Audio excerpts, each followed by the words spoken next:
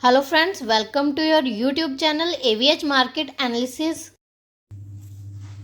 सो friends, आज हम बात करने जा रहे हैं एल&टी फाइनेंस के बारे में। जैसे कि आपने प्रीवियस ट्रेडिंग सेशन में देखा कि स्टॉक में हमें लगभग 3.5% की गिरावट देखने को मिली, जो कि मार्केट में गिरावट हुई थी उसी का इम्पैक्ट जो है हमें स्टॉक पर भी पड़ता हुआ दिखाई दिया। तो सो फ्रेंड्स, मार्केट क्लोज होने के बाद कंपनी की तरफ से एक अपडेट आई, जिसके चलते कि हमें मंडे के ट्रेडिंग सेशन में स्टॉक में तेजी बनती हुई दिखाई दे सकती है।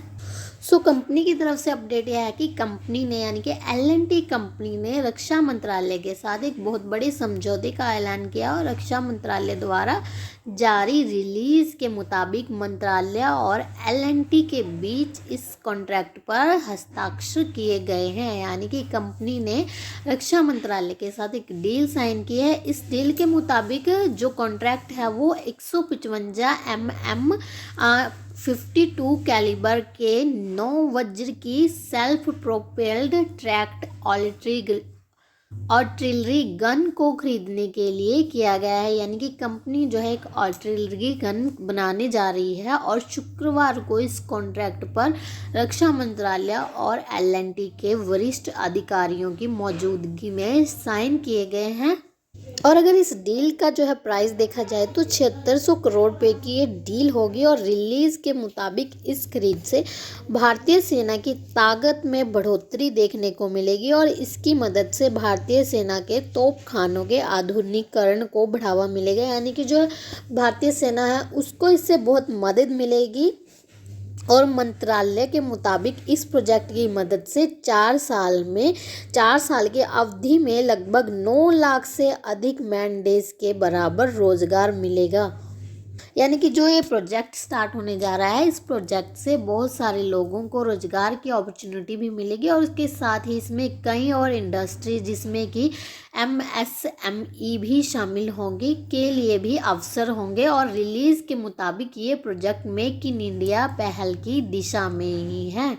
और इसके अलावा देखा जाए तो पिछले हफ्ते कैबिनेट कमेटी में 100 अतिरिक्त के 9 वज्र की खरीद को मंजूरी दे दी गई थी और इस खरीद का मकसद चीन से लगी सीमाओं पर सेनाओं को पहले से ज़्यादा ताकत देना है। और भारत के पास पहले से ये गन मौजूद है और चीन के साथ बढ़ते तनाव के बीच के 9 वज्र को लद्दाख जैसे ठंडे इलाकों के हिसाब से तैयार कर तैनात किया गया था। यानी कि पहले भी कंपनी का एक हफ्ते पहले एक और अग्रीमेंट हुआ था और ये जो है जो गन कंपनी तैयार कर रही थी वो उससे जो है सैनिकों को बहुत ज़्यादा फ़ायदा भी मिला है।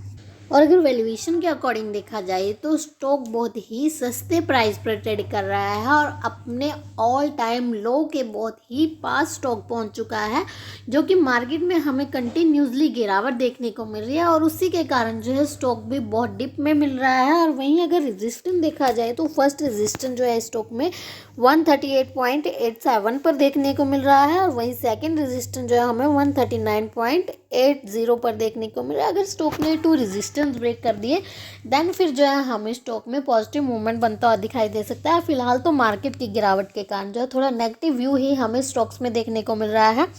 और वहीं अगर सपोर्ट देखा जाए तो स्टॉक हमें 121.32 पर जो है इसका सपोर्ट देखने को मिल रहा है। बाकी कंपनी डिफेंस सेक्टर की बहुत ही दिग्गज कंपनी, अच्छे फंडामेंटल्स हैं। वैल्यूएशन के अकॉर्डिंग भी जो है स्टॉक बहुत ही सस्ते प्राइस पर ट्रेड कर रहा है। न्यूज़ के बेस पर जो है हमें स्टॉक में तेजी बनती हुई दिखाई दे सकती है और मंडे के ट्रेडिंग सेशन में स्टॉक हमें भागता हुआ भी दिखाई दे सकता है, क्योंकि बहुत बड़ा ऑर्डर जो है कंपनी को डिफेंस मिनिस्ट्री की तरफ से मिला है और उसी के बेस पर जो है हमें स्टॉक पॉजिटिव मूवमेंट भी देता हुआ दिखाई दे सकता है। सो फ्रेंड्स, अगर आपने अभी तक हमारे चैनल को सब्सक्राइब नहीं किया है तो शेयर मार्केट से जुड़ी लेटेस्ट अपडेट जानने के लिए please subscribe my channel and thank you for watching this video and have a great day guys.